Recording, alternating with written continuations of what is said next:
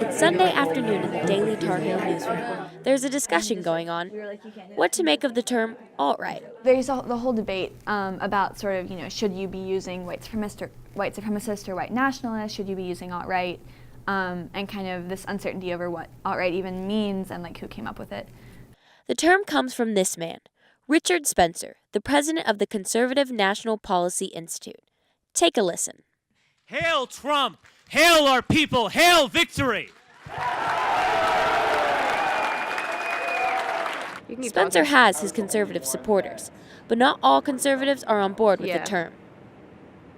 People talk about the alt-right movement and they kind of it just further exacerbates the problem of people assuming, oh, you're conservative, you must be racist, you must, not care about the poor, things of that nature. And in the past, a bunch of different groups went by their own names. Now they're all being lumped together under the term alt-right. That includes white supremacists, white nationalists, neo-Nazis, racists, homophobes. That's only a few. That's Stephen Bannon, the new White House chief strategist and alt-right supporter, who says he has zero tolerance for such views. In an interview with the Wall Street Journal, Bannon said, "Our definition, the alt-right, is younger people who are anti-globalists, very nationalists, terribly anti-establishment." So why is the word so controversial? I think the media should, it's a hard line to tread, and do we cover them and almost like perpetuate their stories, or do we try to vilify them and not cover them and kind of further, rile them up to go out and spread their word even more? That's a question for Chris Etheridge, an ethics professor in UNC's School of Media and Journalism.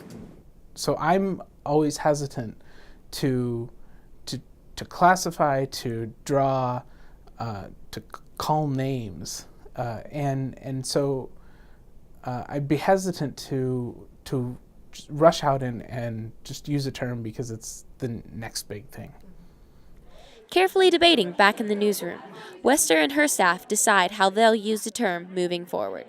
Depending on who we're talking about, where I think we would just say white nationalist, I think we would rather say something like that because it's more descriptive and it doesn't kind of hide from the point. But the debate over the term alt-right is still ongoing in this newsroom and others across the country. In Chapel Hill, I'm Hannah Lee reporting.